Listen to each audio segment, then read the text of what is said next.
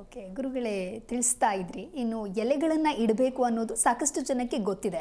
ಅದರ ಮಹತ್ವ ಏನು ಅಂತ ಹೇಳಿ ನಮ್ಮ ಇವತ್ತಿನ ಕಾರ್ಯಕ್ರಮದಲ್ಲಿ ನೀವು ತಿಳಿಸ್ಕೊಟ್ಟಿದ್ದೀರಾ. ಇನ್ನು ಎಷ್ಟು ಎಲೆಗಳನ್ನ ಇಡಬೇಕು ಅನ್ನೋದರ ಕುರಿತು ತಿಳಿಸ್ತಾ ಹೋಗೋದಾದ್ರೆ ನೋಡಿ, ಸಾಮಾನ್ಯವಾಗಿ ವಿಳೆದೆಲೆಯ ಮಾಹಿತಿಯನ್ನು ನಾನು ನಿಮಗೆ ಈ ಸಂಚಿಕೆಯಲ್ಲಿ ಕೊಡ್ತಾ ಇದ್ದೆ. ಇನ್ನೂ ಒಂದು ವಿಶೇಷ ಹೇಳ್ಕೊಡ್ತೀನಿ ನೋಡಿ. ವಿಳೆದೆಲೆಯನ್ನು ಇಡೋವಾಗ ಅದರ ಮಹತ್ವ ಏನು ಹೇಳುತ್ತೆ ಗೊತ್ತಾ?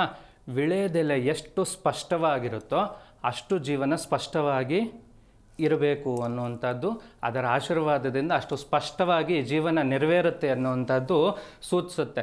ನೋಡಿ, ನಿಮಗೆ ಹಿಂದಿನವ್ರು ಹೇಳ್ಕೊಟ್ಟಿರ್ತಾರೆ, ಹೌದು ಅಲ್ವೋ? ಅಂಗಡಿಯಿಂದ ವಿಳೆದೆಲೆ ತರುವಾಗ ಅಂಕು ಡೊಂಕಾಗಿರುವ ಎಲೆಗಳನ್ನು ಅಥವಾ ಹರಿದೋಗಿರುವ ಎಲೆಗಳನ್ನು ಅಥವಾ ಏನೋ ಒಂದು ಮಾರ್ಕ್ ಇದೆ, ಲೈನ್ ಇದೆ, ಆ ಥರದ ಎಲೆಗಳನ್ನೆಲ್ಲಾದರೂ ಉಪಯೋಗಿಸ್ತೀರ ನೀವು?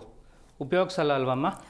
ಶುಭ್ರವಾಗಿರುವಂಥ ಸ್ವಚ್ಛವಾಗಿರುವಂಥ ವಿಳೆದೆಲೆಯನ್ನೇ ಕಳಶಕ್ಕಿಡೋ ಅಂಥದ್ದು. ಈಗಿನ ಕಾಲದಲ್ಲಿ ಏನಾಗಿದೆ, ಕಳಶಕ್ಕೆ ಮಾತ್ರ ಚೆನ್ನಾಗಿರೋ ಎಲೆ ಇಡೋಣ, ನೈವೇದ್ಯಕ್ಕೆ ಯಾವುದಾದ್ರೇನು ತಟ್ಟೆ ಒಳಗಡೆ ಇರುತ್ತೆ ಅದು ಕಾಣಲ್ಲ ಅನ್ನೋವಂಥ ಒಂದು ನಂಬಿಕೆಗೆ ಜನ ಬಂದಿದ್ದಾರೆ. ನಿಜ ಅಲ್ಲ ಅದು.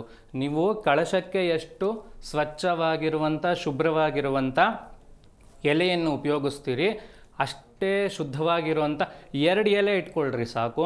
ಕಳಶಕ್ಕೆ ಇವಾಗ 3 ಎಲೆ ಇಟ್ರಿ, ಅದರ ಜೊತೆಗೆ ಇನ್ನೂ ಚೆನ್ನಾಗಿರೋ 2 ಎಲೆ ಅಡಿಕೆಗಳನ್ನು ನೈವೇದ್ಯಕ್ಕೂ ಇಡುವಂಥದ್ದು ಅಭ್ಯಾಸ ಮಾಡ್ಕೊಳ್ಳಿ. ನಂತರದಲ್ಲಿ ಮೇಡಮ್ ಕ್ವಶನ್ ಕೇಳಿದ್ರು, ಏನಂತ? ಎಷ್ಟು ಎಲೆಗಳನ್ನು ಪೂಜೆಗೆ ಉಪಯೋಗಿಸ್ಬೇಕು, ನೈವೇದ್ಯಕ್ಕೆ ಉಪಯೋಗಿಸ್ಬೇಕು ಅಂತ. ನೋಡಿ, 5 ಅಥವಾ 3 ಎಲೆಗಳನ್ನು, ಹಿಂದಿನಿಂದ ನೀವು 5 ವಿಳೆದೆಲೆಗಳನ್ನು ಉಪಯೋಗಿಸ್ತಾ ಇದ್ದರೆ 5 ವಿಳೆದೆಲೆಗಳನ್ನು ಇಟ್ಕೊಳ್ಳಿ.